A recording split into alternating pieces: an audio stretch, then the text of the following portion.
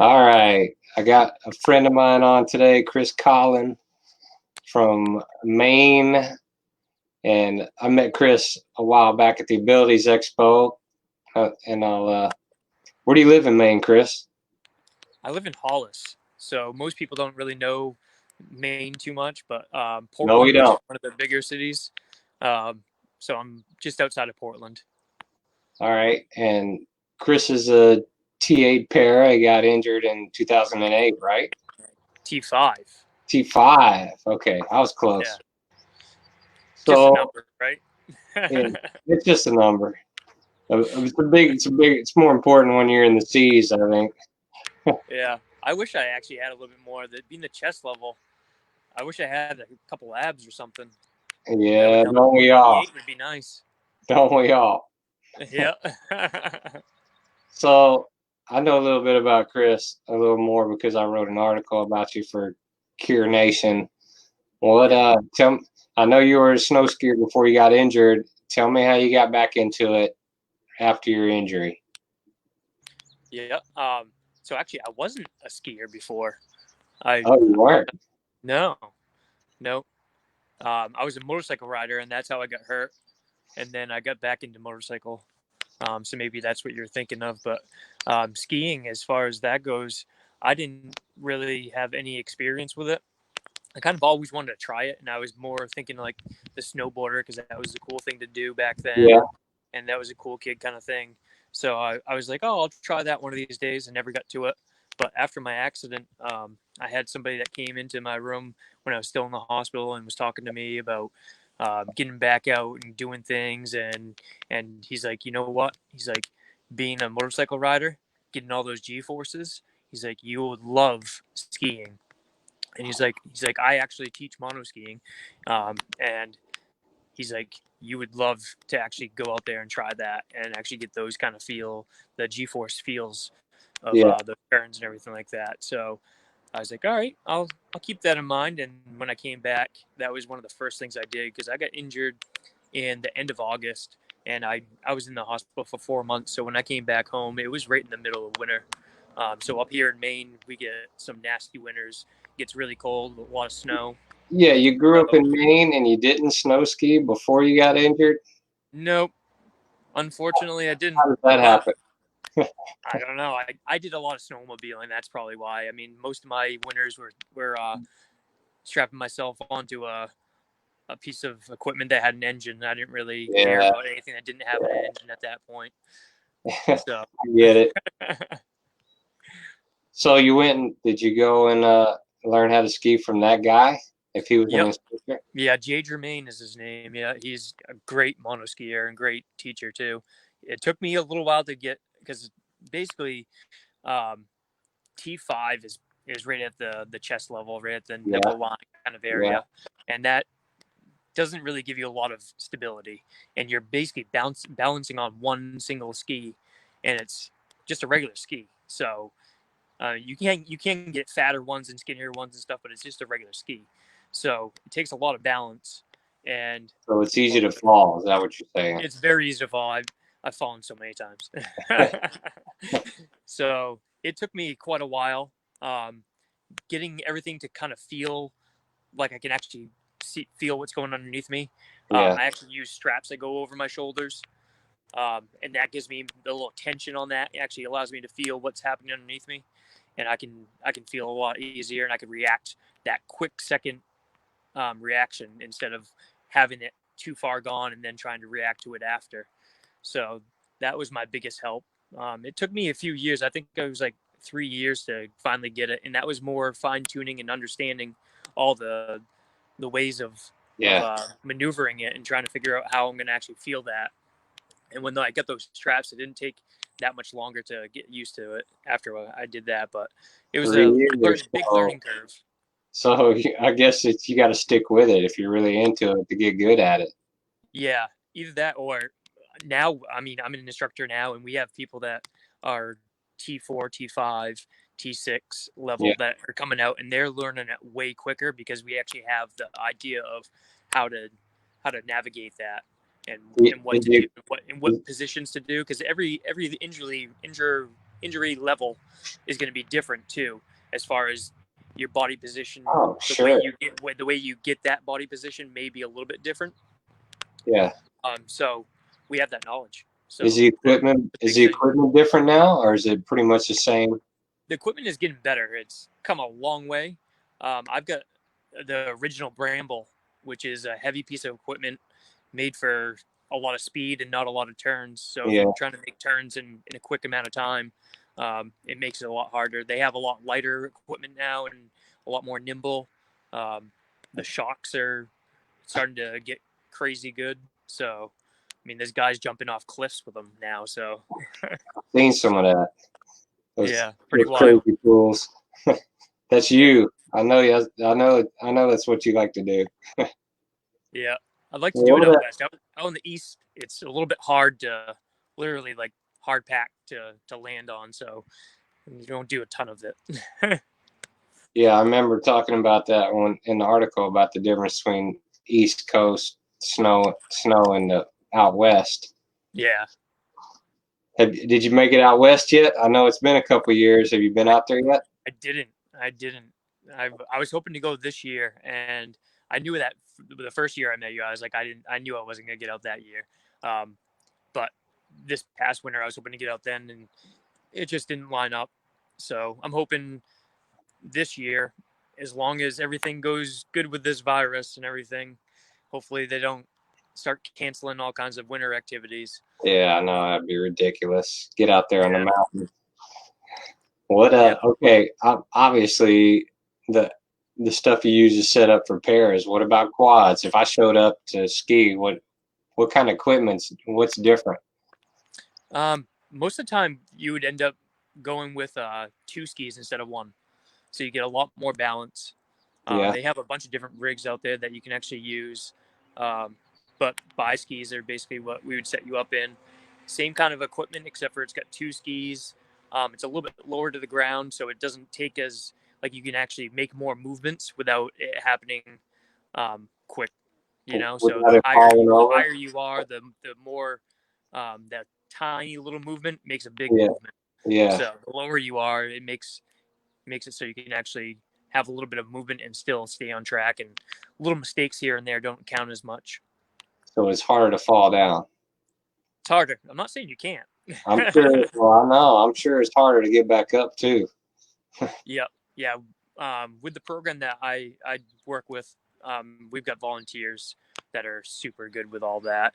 We've got people that are blocking, so the people on either side of the skier, so they're blocking traffic, so that way people don't ski out in front of you and take you out or anything like that. And then if you do fall down, they'll help you up too.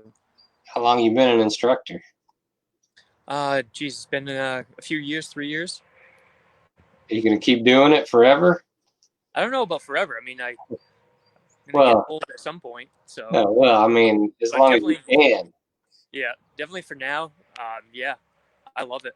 It's nothing brings me more joy than actually seeing somebody go out for the first time or first couple times and finally actually get that feeling and have a huge smile on the face. So if you ever go out west, we may have to go out there together. Yeah. Yeah, we'll hook up with David Poole. Yeah, right. Well, I don't know. That dude does some crazy stuff. We may have to go to another place first. Yeah, right. I don't want to be following that guy. Yeah. I don't want to be following him down the mountain. His videos, like, I was like, "That's you." I'm like, "Damn." That's impressive.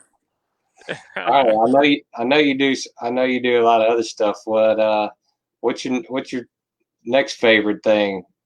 Is it hand cycling? Is that what you told me? Yeah. So actually, that was one thing that I started doing. Hand cycling was one of the things I started doing to get myself prepared for the wintertime. Yeah. And get good for skiing and get myself acclimated to having that full on. I mean, it's not a huge workout for your arms. It's a lot for the core, but it can be a lot if you're pushing around.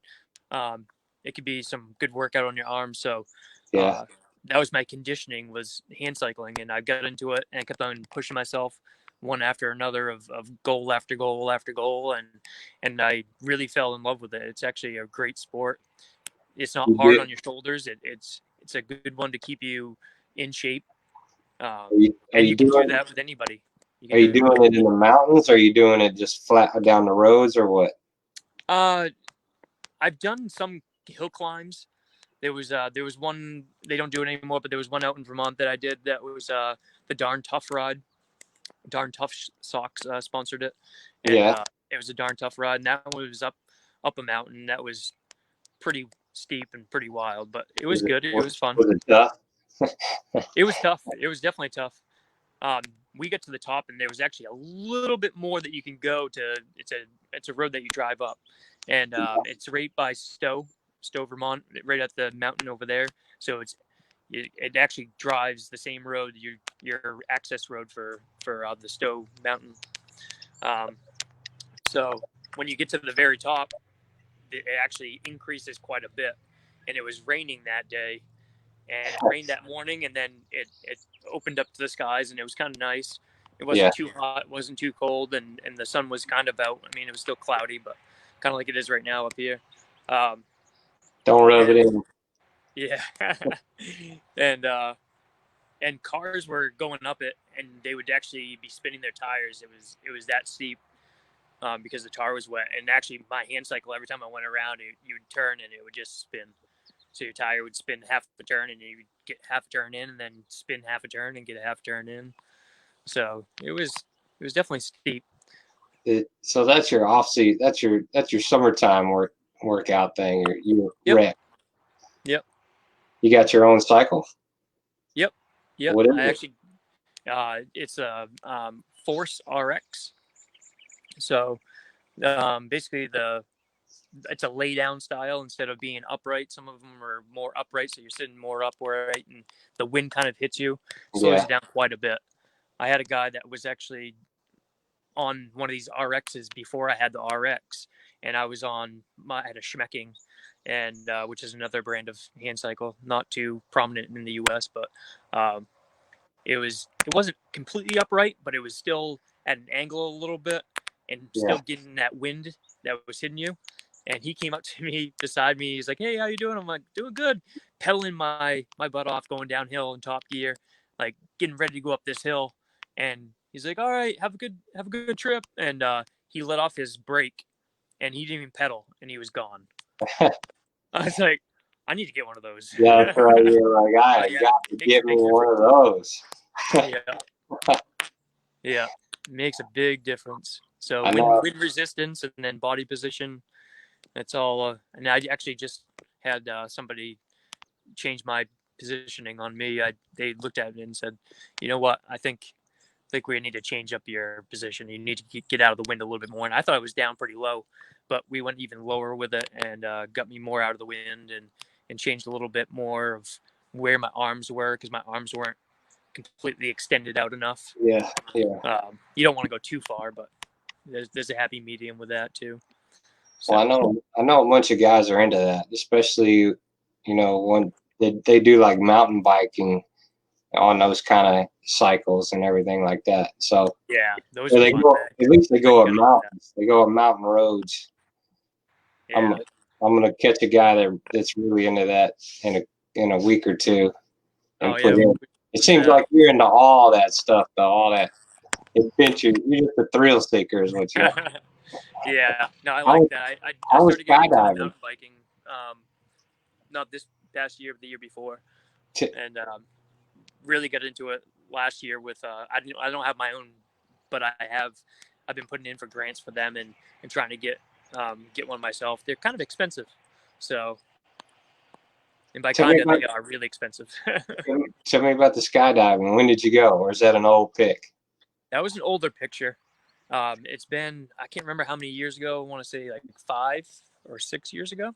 Yeah, So it's been a few years, but that was a really fun experience. yeah. I went once too. Is you only one time or more than that? No, I only went once, and everybody that I talked to that's been, and there's been a bunch of us in wheelchairs that have been talking about it, and we're like, I want to go again, and it just never worked out that we actually went again. But there's a few people that I still have in mind that I want to get going on that. We got to do like a group event somewhere. Yeah, it'd be awesome. Las Vegas or on the beach somewhere scenic. Oh, that's even better. I was thinking just up here, but Yeah, even we better, got. getting a little travel and Yeah, it'd be cool. Like see some different areas from the sky too. Yeah. skydive into the Grand Canyon. Somebody was just I was actually I was on one of those dating sites and I was talking to a girl that actually did that, and that was just recently, like last week, and Yeah, I was like, that would be on my bucket list. that would be cool, Can you wouldn't it? imagine that, seeing the Grand Canyon from above like that? Yeah, because you would probably be under your chute by then, so you'd be going down in there. That would be badass. It'd be crazy. Yeah, I don't know where. I didn't ask where they landed. I imagine, I don't know if they landed down in the valley or if they landed up top. I don't I would know. want to go down in there, and then they could I would just check too. you out or something. Right? Yeah, it'd be amazing. That would be cool. We'll have to look into that. Yeah. All right, I didn't know you were. A friend of mine, Dawn. She showed me this email she got a few weeks ago, or probably a couple months ago now, about that Impossible Dream catamaran. Oh yeah. And then I was looking at your pics, and I saw you were on it. Yep. So Yep. is that the one that wants to go around the world someday? It already has. So It's already been around the world. To tell everybody's listening, they don't know about it. What is it? Yeah. So it's a catamaran, so sailboat, that was completely developed by somebody in a wheelchair, to be operated by people in wheelchairs or anybody with a disability. Yeah, Uh, but they basically, the person that owns it now got it from somebody from overseas that built it for themselves, and they used it for a while. And then this person, Deborah Mullen, I mean, she ended up buying it and is now sailing it from Florida all the way up the East Coast, all the way up to Maine, and stops at all the ports and brings people out that have disabilities out on the catamaran to have that experience. And this year and they're doing a little bit different. They're doing it a virtual way because of this virus that's going on. yeah. So they're doing it virtually. So right now, I just looked them up right before I get on this, and they're just south of Connecticut. So they're making their way up the coast right now. You can follow them on YouTube. Actually, they have a YouTube channel, and you can follow them on that. I just posted the link so people can see it. Oh yeah, nice. How did you get mixed up with them? So I went when I first got injured. I was actually I got the opportunity to pick where I wanted to go for my rehab, and I decided I wanted to go down to Shepherd, down in Atlanta. Yeah. So when I went down there, um, I was on the same. It was like one big floor of a bunch of guys. We didn't have any women that were actually injured on our floor, but our whole wing consisted of a bunch of guys, and we right around the same age, and we all started talking and stuff, and become friends, and we kept in contact over the years. And one of those guys actually started working with Deborah on that boat, and Cool. and then he called me up and he was like, "Hey, we're coming up to Maine, so you want to jump on this boat?" I'm like, "Yeah, I do." So you got on it. How far did you go? We just went around the bay, so not too Oh, far. you didn't like go to Florida or anything like that. No. So the whole plan was I've been on it twice. The last 2 years I've been on it. Yeah. When it came up, and I grabbed a bunch of people that I knew and said, let's go down and get on this thing. So we had a big group of people. So it was going to be the same thing for this year. I was going to gather more people up and help them out to get more people out on the boat, and then also go on what they call a leg, which would be either, well, I guess it'd be south from here. So I'd jump on in Maine and then head south, and then go for a few days, 3-4 days, and then jump off and then head back up. When you That get was the off, plan. how do you get back home? Well, that's the whole plan. You gotta either Take the bus, have a ride, or that's a long Uber. I can tell you that. but you could stay on as long as you want, right? You could go. You could Yeah, go to another it depends on what country. they have lined up. Because on a normal year they have people that will jump on different spots and do legs with them. Yeah. So it all depends on. There's constantly a flow of people that are going on and off that. How was the accessibility on that thing? What's the It was really sleeping good. quarters and the bathrooms? What are they like? Yeah. So when you first get on it, it's actually got 4 elevators on it. So to get on it, either side, Yeah. um, it has an elevator. So you can, depending on where the dock is and depending on the tide and all that, it has an elevator that goes up and down that you wheel on, and then it brings you up to the deck, and then you can wheel on the deck.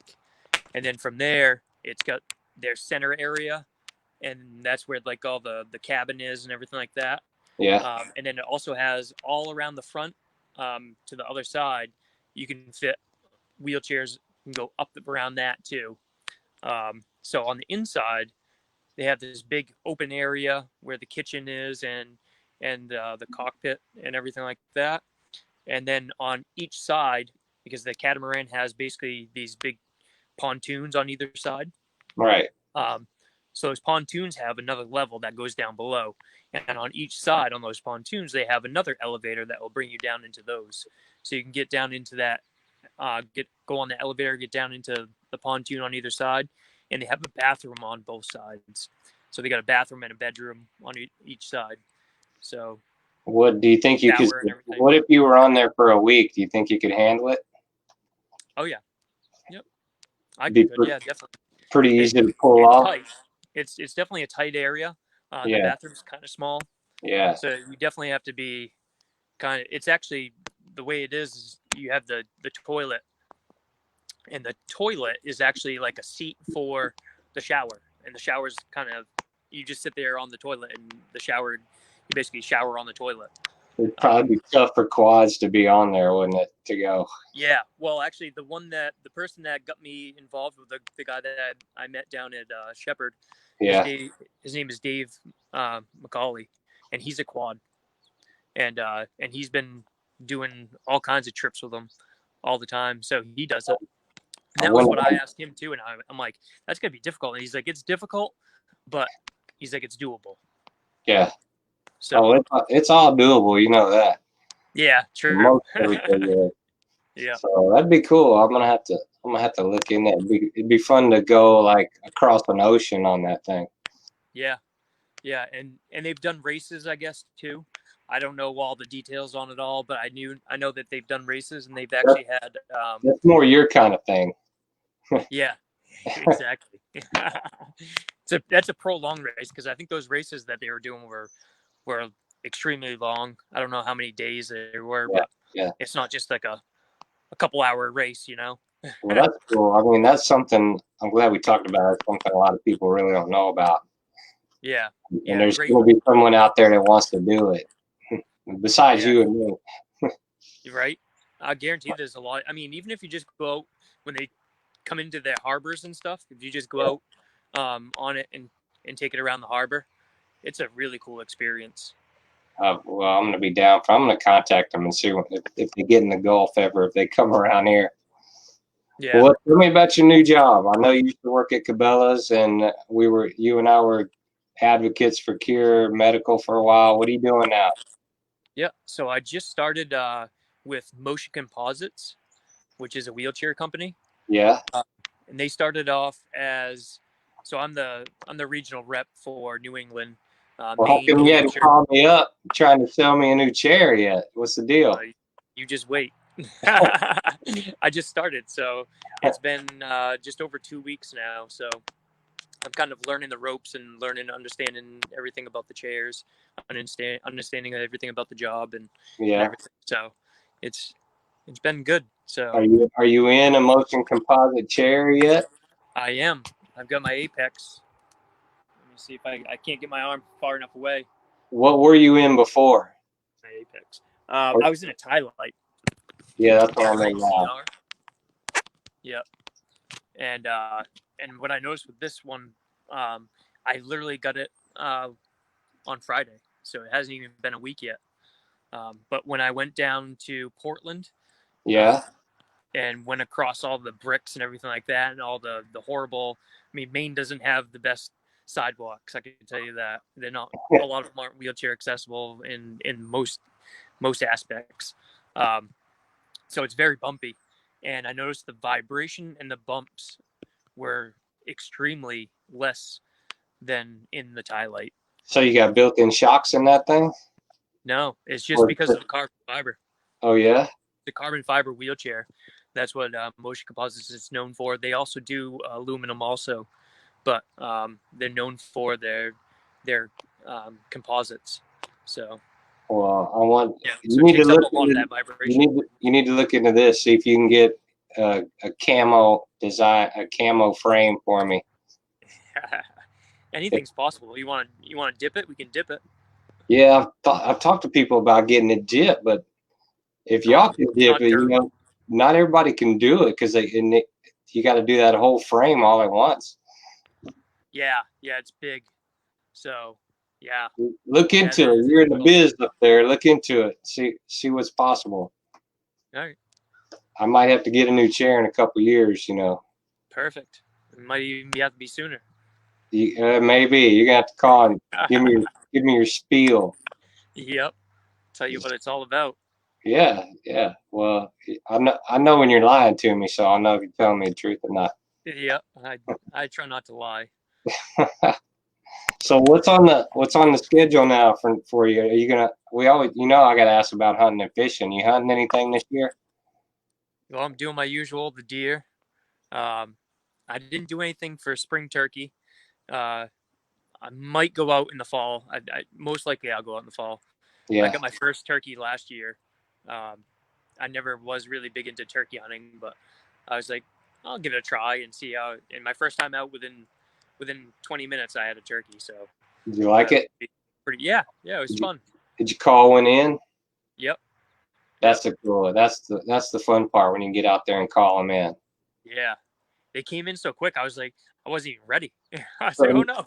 Sometimes it's easy like that, so don't think it's gonna be like that way every time. And that's why I'm like, should I not say that? Because next time I should knock on wood or something. I don't know. No, sometimes it's probably not gonna be that easy. I tell people, I was like, sometimes it seems easy, and turkey hunting's really easy, and other times you're like, I can't get within 200 yards of a turkey. Yeah. So don't get cocky. You're going to be sitting there a lot, and it's not going to happen. Yeah, and it's a lot tougher in a chair too. I mean, some people will be able to crouch down and walk real low or crawl up to turkeys, and you can go after spots that I can't get into. And right, you can't be rolling after a turkey. That didn't work. Yeah, I thought about putting a turkey on the front of me. I've seen guys doing that and then just wheel up to them and see if that works. You can sometimes. maybe in a. It would have to be one of those electric chairs. Just kind of sneak around, get kind of close to them, and then call them in. That could work as long as you're not going to do that with anything motorized. But it would have to be electric. You could get away with it as long as it wasn't too noisy. Yeah. So what I wanted to do was I wanted to use a mountain bike to get out there. Oh yeah, you might be able to do that. Get camo up. Yeah, I don't even think you need a camo. I mean, if you just get a small blind to put in front of you. Right. Well, yeah, you could, or you could carry a little camo wrap and throw it over the bike when you get set. Right. If you got a turkey coming in. Yep. That wouldn't be tough to do. Because you can literally go a lot more places on a mountain bike than you could in a wheelchair. Make it a lot easier. You can carry a lot more gear. Oh, that was my biggest thing, is carrying the gear into the field and then carry all the gear plus the turkey out. You got to take someone with you hunting that carries your stuff. Yeah. Well, I wanted to make sure I could do it by myself because I like doing things by myself, and not by myself, but myself. Yeah, just to prove that you can do it. I get it. Get it. But it's one of those. It's a challenge thing, and that's what I always like to do. Is I like to challenge myself, and I like to do this and that, and once I accomplish it all, I can be like, all right, well, I already did it, so now now come help me out. Carry my stuff for me. When are you gonna come down here and hunt with me? I don't know. We talked about that. We need to get that to happen. I mean, We talked about that the last time. you just got to figure out what you want to do. You want to come do birds, doves, or ducks, or cranes, or we can definitely do turkey next April for I'd sure. love to go down and do ducks. I think you guys have a better duck season than we do up here. Yeah, we probably do. You Yeah. you come down and duck hunt. Eventually, you're gonna have to come down here and deer hunt someday. Yeah. We'll hook it up, buddy. All right, we're hitting about 30 minutes. That's about as long as we're doing it. All right. I appreciate you getting on with me today. Yeah. Thank And you. I hope more people come and check out all the outdoor rec stuff you do, because you're more into the rec stuff than I am. But a lot of people want to get into it. A lot of people want to do it. It's a lot of fun. I mean, there's a lot of different areas you can get into. There's everything from water to land to air. I mean, there's so many different things you can get into. It's all out there. You just got to go. You got to go do it. Yep. All right, buddy. I appreciate it. If you want, hang around and come check it. Get on the page where it was live, because people sometimes ask questions. Yeah, I'll do and that. answer them. If not, I'm gonna connect you on there. But if anybody wants to ask Chris anything, hit him up. I do. Yeah. Ask any question. I'm open. All right, buddy. Take care. We'll talk soon. All right. See you, Chad.